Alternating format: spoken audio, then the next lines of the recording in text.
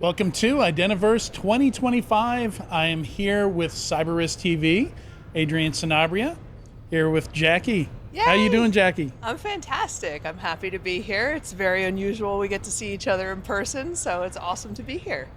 I usually have a script for these things, so at least something I will panic and forget, and it was McGuire. McGuire. Jackie McGuire. Yeah, that's all right. I was a McGinnis before I was a McGuire, so half of the people I know didn't notice when I changed my name, so it's okay. Ooh. All right, it's something I need to get more used to doing. I use a script for a lot of things. I don't think I need to as much, but I'm kind of dependent on it, so it's good practice. I mispronounced my own last name when I hosted a conference a couple months ago. That's amazing. It was really, really embarrassing. I was like, I'm Jackie, and I dropped an F-bomb, and the CEO I was interviewing thought we were live, and he had a heart attack. Yeah. Wow. Yeah. So tune in for more hot takes, because there's bound to be a few this week. Nice. Well, this so Identiverse 2025. This is my first. It is an identity-focused conference, and I think the last kind of niche market-specific conference I had been to was, we were talking about reInvent earlier, AWS reInvent, and the last one of those I went to was maybe 2017. So it's really, well, I guess Zero Trust World, but that was a vendor conference, so it's a little bit different. Whereas this is not run by a vendor, right? It's run by CRA, but CRA doesn't sell security products.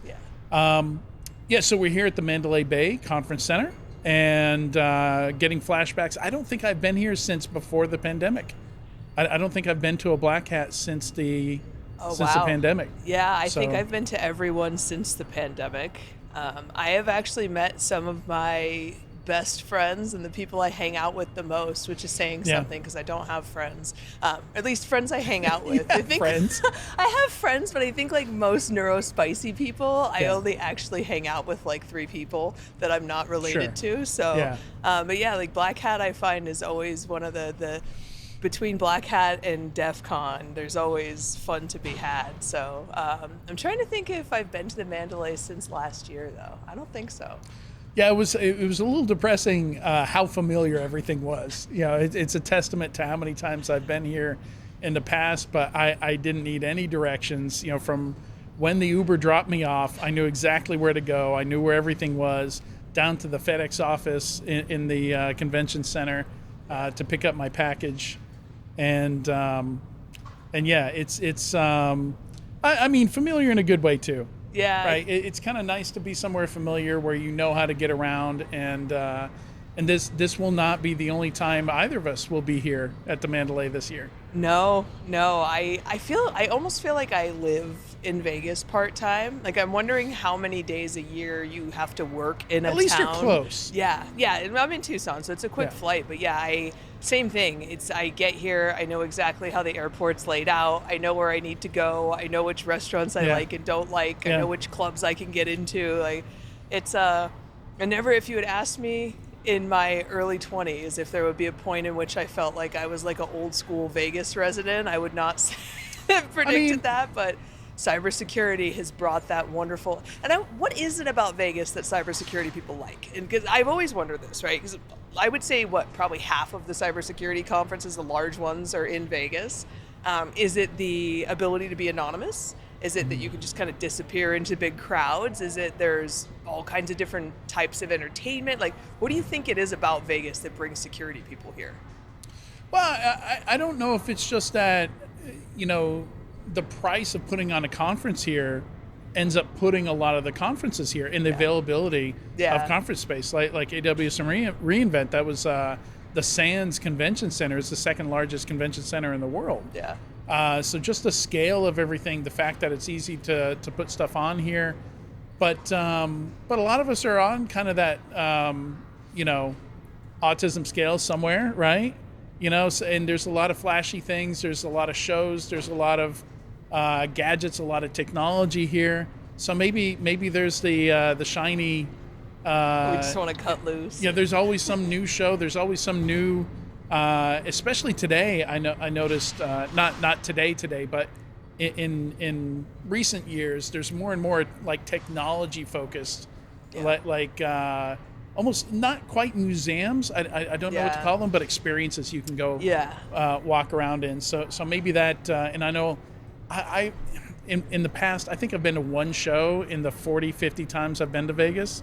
But I know a lot of people who go that kind of stuff every time. But for me, I'm just, after the event, I'm in my hotel room just staring at the ceiling. Yeah. Just, chilling out. Yeah, I think we've talked about this before. I'll get back to my hotel room, and all of a sudden I'll realize it's been like 90 minutes, and I've literally been sitting on the end of the bed with my shoes still on, just staring at the floor. Yeah. Contemplating my existence and how I'm going to people again in 8 hours. And I literally haven't checked my phone yet. And sometimes it's a good hour and a half that I do that, because I think I'm a very extroverted introvert, and so I have these like spurts of being manic and being able to people really hard, and then I get back to my hotel and I'm like, why did I do that?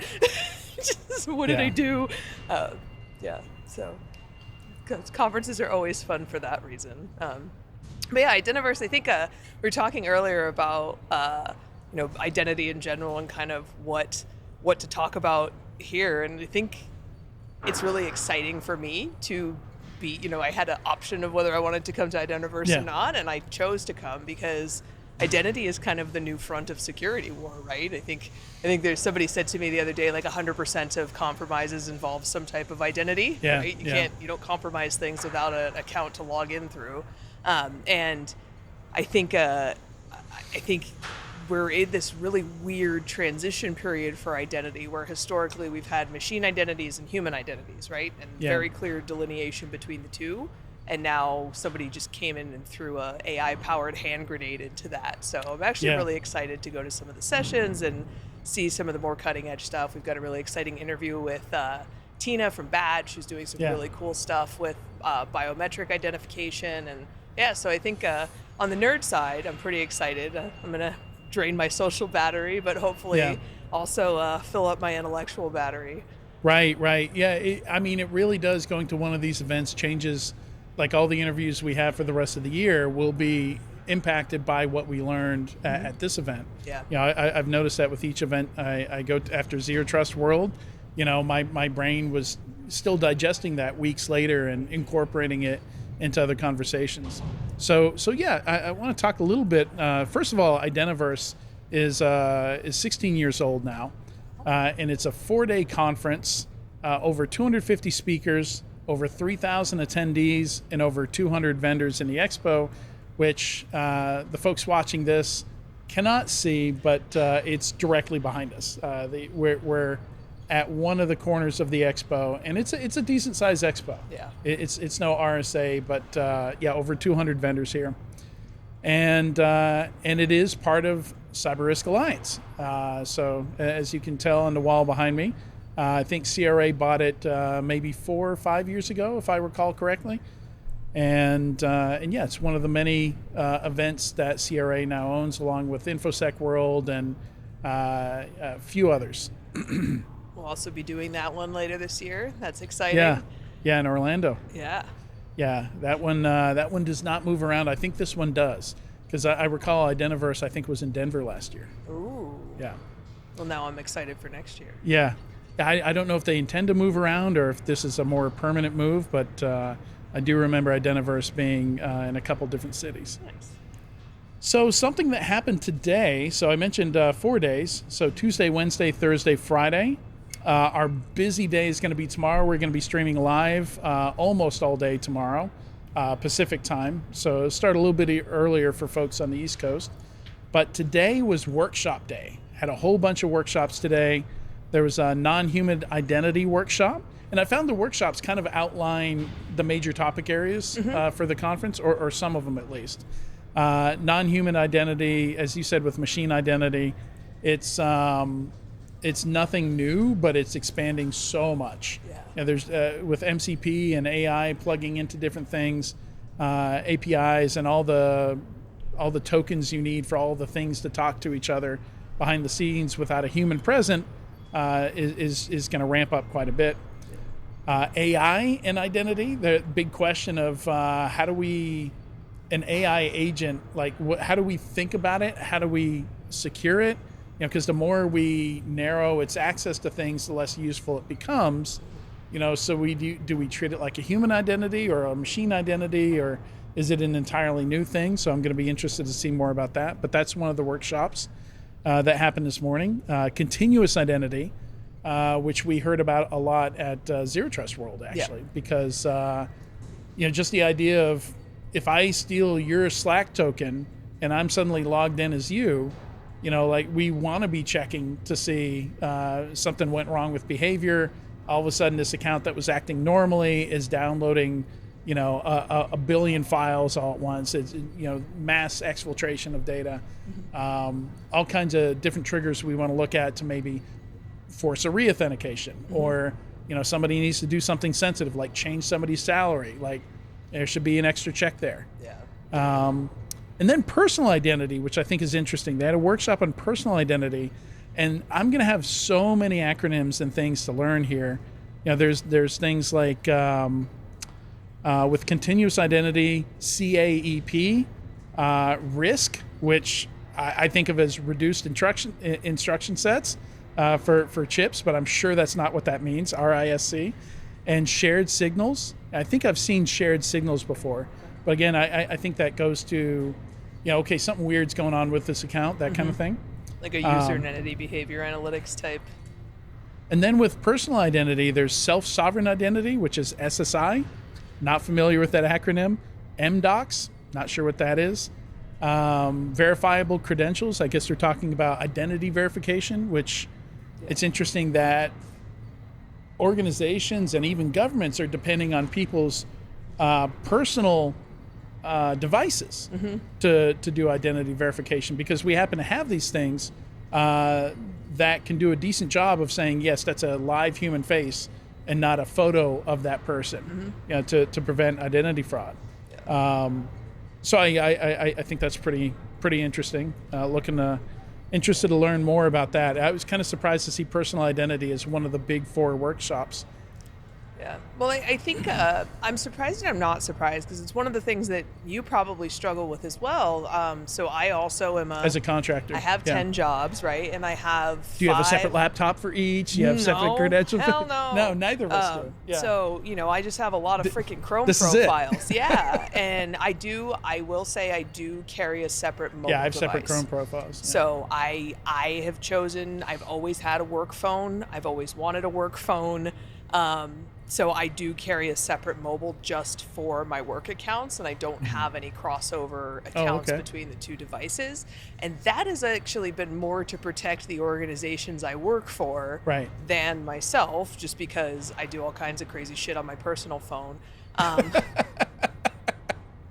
I think, I worry about 404 Media has a podcast, right? I think we both listen to it, and they have a couple services that they promote that are personal identity management delete services. me, that kind of stuff. And so I've started thinking about that more and more, both in the aspect of, if I do something and my identity's compromised, what do I do? And, what liability do I have if that in turn impacts one of the organizations I contract for? And so, what should I be doing personally other than having an endpoint detection on my laptop? And, for mobile devices, unless you're working for an actual enterprise, the number of solutions available aren't super awesome.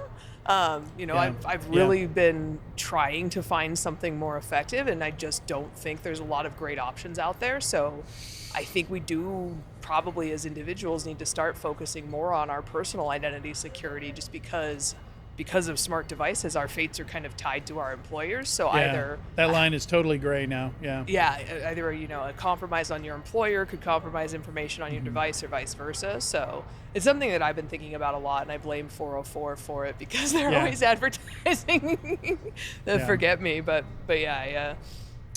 And then finally there was a SANS was here doing an executive cyber exercise workshop, which sounds like a big tabletop exercise, basically. Step into the role of a crisis management team.